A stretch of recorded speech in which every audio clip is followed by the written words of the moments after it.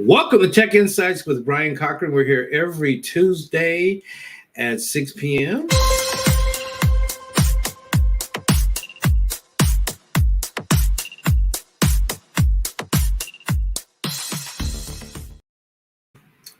Yes. How you doing? I'm back again. We are excited about what we're going to talk about today. And the reason that this subject matter came up because I do a lot of live streaming uh, and there were some mistakes that were made, which is in the title of our lesson today or our talk today.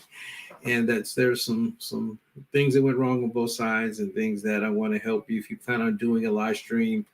We want to talk about some of those do's and don'ts that you are planning on doing, so that way, if you plan ahead, then you have these things right, then you'll be okay. So we're gonna talk about that today, and let's get busy.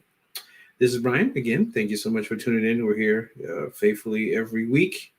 Thank God. So hope you have been enjoying what we've been teaching because it lasts for me. And so let's get busy.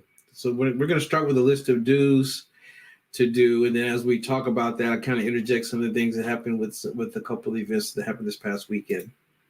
All right, starting with number one, plan ahead.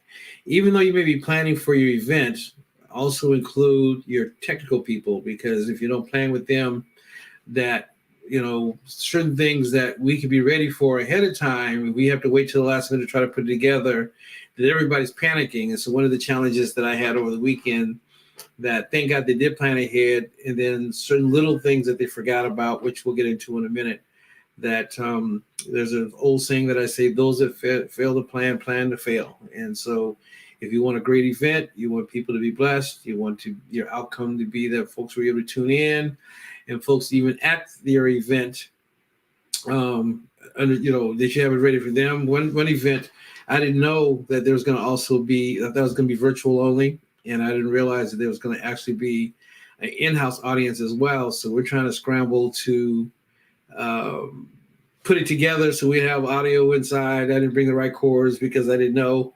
And if we'd have planned ahead and really sat through and went through everything. So do plan ahead so that way us on the technical side, that we have what is needed to do the event, and that it comes off without us all stressing out and not taking care of our customer who is important because they're here. So number one is that. Number two, make sure what the vision of your event is going to be.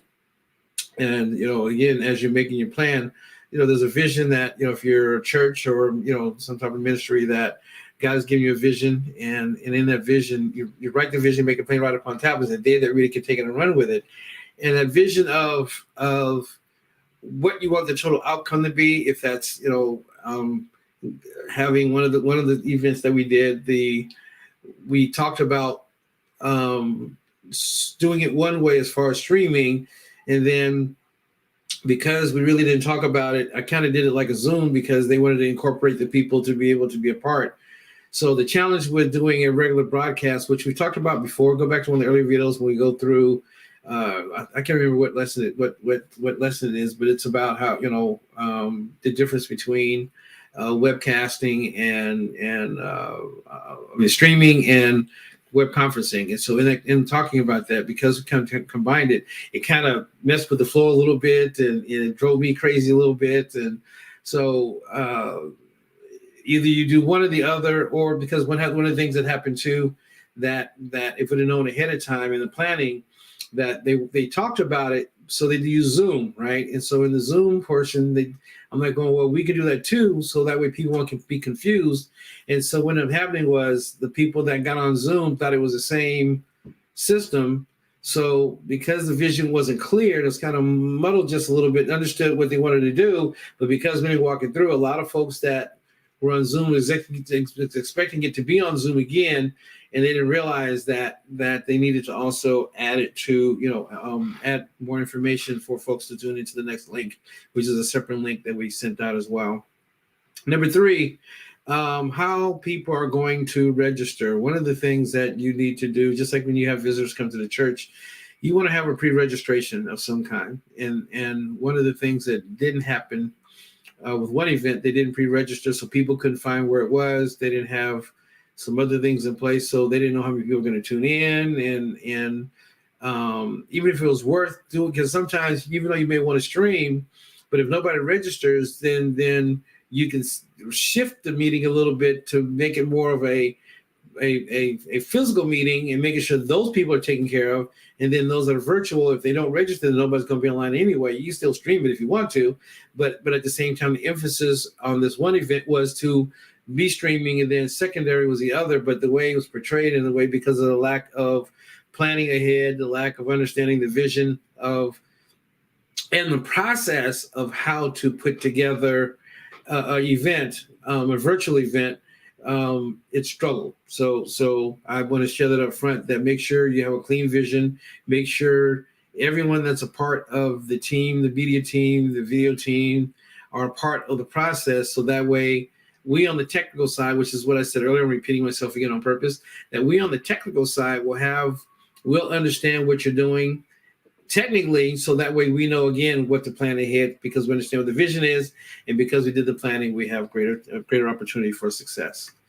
Next is technical equipment needed, because what happened, as I shared earlier, one of the things that did happen, which was unforeseen because we didn't know until the last minute. So when you plan ahead, there's some equipment that was needed to be there that wasn't there. So we try to grab and make do, and we did some pretty crazy stuff that was a challenge for the folks that were in-house, because they used one of the TVs in the church that was a smart TV, and they streamed it over, they sent it over through a phone.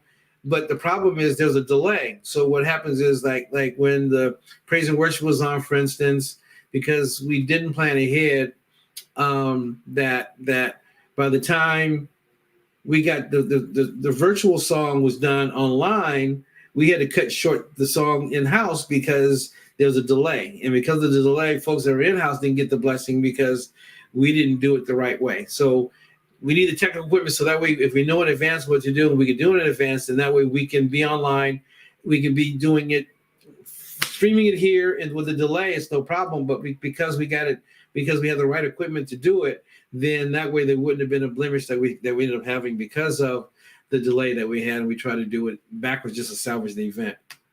Next, clear instructions. And again, it goes back to your planning. Those that fail to plan to fail. That because there were not clear instructions on both events this past weekend and the weekend before that again, in your head, you have a vision, and just know that, yes, we may be the professional on our side that actually do the production side, but if we're not part of the first, obviously, if you go through that list, if we're not part of the whole process to understand how it flows, then when it comes time for us to do what we need to do, there's not clear instructions, something may miss out. So one of the things that missed out, for instance, one of the events I had planned to record it on through the system, and what happened was I installed the system in this church, and so I said, I don't have to bring a system. We'll use their system. They had 4 cameras, the HM Extreme mixers, so everything is what I use as well. So I brought it in, but then because when I walked in the door, they're like, "Oh no, well you need to do this and this and this, and people can't register this and this and this." And I'm like, "Oh, time out." And so with clear instructions ahead of time, we'll get to the don'ts, so I'll just stop there. So make sure you have clear instructions for everybody, understanding what their task is, maybe even writing it out so that they that really can take it and run with it, and it's for an appointed time. So for the season of that event, it would have been better served in having clear instructions, so that way we can do our job. Next, that should have been towards the top in your planning. An event website. One of the challenges with one of the churches was they didn't have a website or event website or event page or a place to register. And because of that, folks didn't know where to go. And so I mentioned it ahead of time, and he, the pastor kind of really didn't understand it, but I thought, I said, well, we'll get through it. And then the next one, we'll make sure when we do our debriefing after this event, then we'll sit down and talk about, hey, next time let's do what is called a capture page or a lead page or an event page that will capture information, registration.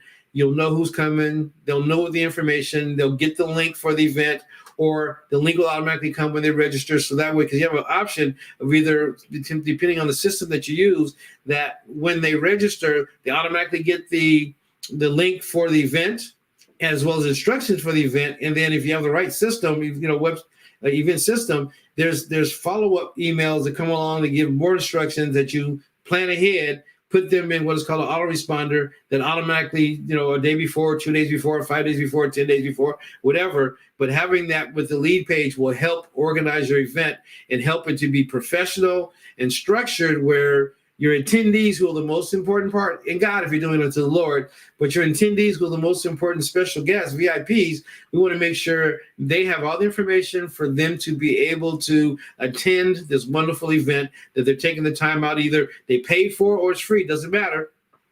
They still should get great customer service and have the information that they need in order to do so. So having an event website will help, because you can take the vision and put it all over the on the website, so that way all you're getting understanding, and so that way people know exactly what they're coming into, what's going on with the event, how to register, what's next, and all the steps that go along with it can all be put on the event page. So please make sure in your event to have some type of event page. All right, let's talk about some don'ts for a virtual event. Number 1, don't wait till the last minute to make changes or add to the agenda. And because that happened to me on all 3 events, and what happens is, and I'm going to jump ahead and I'll probably, go ahead and say something that, that what happened was, because of the budget, part of what happens is I can't bring a big staff, because they I can't afford to bring them, because, I'm trying to help the church save money. And I'm saying, look, it'd be nice to have some help, some people to do, they talked about they were going to have some help to do certain things. Well, it didn't happen. So when this one event in particular came, they were saying people are having a hard time finding the link. And that's because of what I said earlier. Don't have more than one link. Have one link, and so that way people know to go to that one link, and then you do everything around that. Or if you have instructions that is clear for it to happen, well, people couldn't click in. They're going, well, we're trying to get in. We can't get in. That's because they had the wrong link. And so they made that change at the last minute. So unfortunately, we were able to do it, but it stopped me from doing the other part, from preparing for the part that I knew that was supposed to do. It caused me to forget something that I was supposed to do, which is record. And so I was able to somewhat record, but anyway, long story short, because they made changes in the agenda and lack of staffing, it was hard for me to complete everything. And so don't wait till the last minute to make changes. That's where you debrief and you have meetings ahead of time and planning meetings ahead of time. And then even before the event, if you start early to talk about things and make sure those last minute things are taken care of, that way, if there's going to be changes, but at the same time, if the person that you're helping that's doing the media part, the streaming part, if they don't have all the right information, you try to wait till the last minute, it makes it very, very difficult for them. It stresses them out, and something will come up missing. So please do not wait till the last minute to make changes when it's possible. Do not send out vague login information. That word spelled wrong, but close enough. I was in a hurry when I wrote this. Information to attendees. And that kind of goes back to what I was saying earlier. Because of having two different, they're using Zoom for one thing. We have our own service on another thing. We have planned for our service. The people didn't get the information. It was too vague. And so all through the event, people are calling, saying, hey, we can't get in. And we're saying, look, the link is here. I know what I prepared and what I gave to them to send out. And again, because we didn't debrief, because of the last minute change, and if we'd have talked about it ahead of time, we could have incorporated within our system, because we have the availability to do both through one link. Well, that didn't happen. So with confusion, some folks didn't get to tune in until late, because by the time we figured it out, I'm like going, what did I do? And it ended up not being me, because of the vagueness of the login information. So make sure, because you want people to be blessed, especially like the one event, people paid to be there. And when they paid to be a part of it, you want to make sure they get what they paid for. And through this event, they got blessed to a certain extent, but not to the fullest of what we have liked to be able to give them, because of some of the changes that we had on our side and not on their side. So don't be vague with your login information to your attendees. Next, don't make your event too complicated for the first time doing a virtual event. And that's kind of, again, what happened on all three events. Everybody wanted to make it, because I do it, but I coordinated, I did everything, and I offered the service. Well, hey, as a service, we can plan everything and do everything for you. Just give us the basics. We'll write the vision. We'll make it plain. We'll put together everything, and then all you do is promote it. Well, they wanted to do it themselves, which is understandable, which is great. They want to save money, try to make money. Gotcha. But for the first event, they all made it too complicated, and so because it was so complicated, again, folks couldn't find it because we didn't take the time to really work it through, and then at the same time. As I talked about earlier, without repeating them again. So when you're doing an event, especially your first one virtually or doing a hybrid, because no one's really been doing hybrid events, up until just recently, unless you've been big on the larger side of your big corporations that do them. But for smaller churches and organizations that I work with, they've never done it before. So there's a saying that I say all the time, KISS, keep it simple, say it, or keep it simple, stupid. Keep it simple. Don't make it complicated. So that way you get past the first one. And then after the event's over with, debrief, go through good, bad, and different, make the changes. So for the next event, well, this didn't work. We didn't do this. We didn't do that. I forgot to put on this list, which is there too, is have a debriefing meeting after your event too. And so I don't think that's there, but that's a good one too. Don't understaff your media team or streaming team. And it kind of ties into what I said earlier, is that when you try to get one person to do everything because they're a professional, it's you're jack of all trades but a master of none. So if I can't master the one thing that I'm actually there to do, and you try to get the media team to do other stuff because you waited till the last minute or all the things that are on the list before, then what happens is something always slips through the cracks and make us on the media side look bad versus not communicating, not pre-planning, not doing everything we need to do ahead of time in order to make that look good. So I think that will suffice for today. I just want to say that, doing virtual events, I love them. I've been doing virtual stuff for a long time. And I've been, that's been my soapbox for probably at least 10 years, so making sure folks are, especially because I work with a lot of churches, that being virtual is the way to go because you reach people all over the world. The one event had people tuned in all from the East Coast, West Coast. It was awesome. Folks who were up north, because it was virtual, they couldn't fly in because they didn't want to fly because of what's going on with COVID. So it makes it nice to have have a system put together that people are able to tune in, and that those that are coming to the event, that you give them the same experiences on both sides, so that way it works. One of the things that the one church did, let me take a swig. One second. That I thought was pretty cool, and we talked about it, but they waited too late, was that they wanted the folks that were on the virtual side to get the kit that everybody got in the when they come into the event that's at the church. So in your pre-planning, you got to have a cutoff date of registration, so that way you have enough time to package everything and get everything sent off in the mail. So one, you're not paying a rush charge, which is paying extra costs, which takes away from your bottom line, and two, can get there in time for people to be able to tune in, or be able to tune in and be able to go along with the worksheets that they handed out at the event.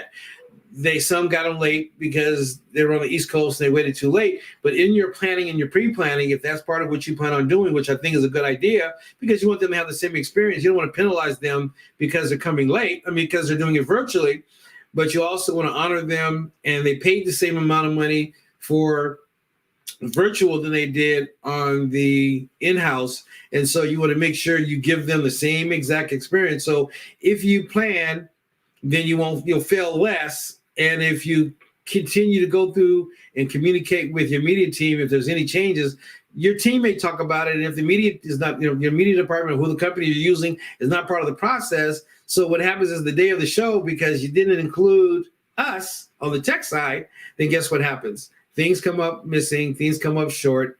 Your attendees may not get the best service. Even your home audience, which what happened with one of the churches that we're working with, that the people that showed up to come to the service, they ended up getting shortchanged because we didn't have the right equipment. So in conclusion today, when you plan, again, those that fail to plan to fail. And virtual don't get discouraged on the first event, because my first couple events weren't that great, because technology is a lot better than it was then when I started back, 12 so years ago when I first started doing them. But technology is so much better now that you can do a whole lot more. You can have stuff available for downloads. You can plan and have a lot of stuff already ready that you can pre-send the links, so that way, hey, by the way, these are your download links to download all the information. If you're handing out some T-shirts or something that's physical that you wanted to send out, then you do that ahead of time. So that's it for today. I hope something's been said that will keep you going and let you know that virtual events and hybrid events are the way to go. It's the wave of now. It's not of the future. It's right now. So do me a favor, like this, like and share this show, because it's something that I've been wanting to do for a long time, and this is episode 19. So I've been staying chugging along with it, because it's something that I know that if you watch, you'll learn, grow, and build it, either on a business side, because I do this as a business, and at the same time, if you're on the other side as a one that's going to plan on doing events, and you're looking for someone to do events, these are some of the things you need to know ahead of time, so that way, whoever you hire, that you'll have all the information you need to help them do the best job possible, as well as your in-house team, that they'll have everything ready for you for them to prepare ahead of time, so that way they're not waiting till the last minute to get stuff done. So God bless you. This is Brian Cochran with Tech Insights. Bye-bye now.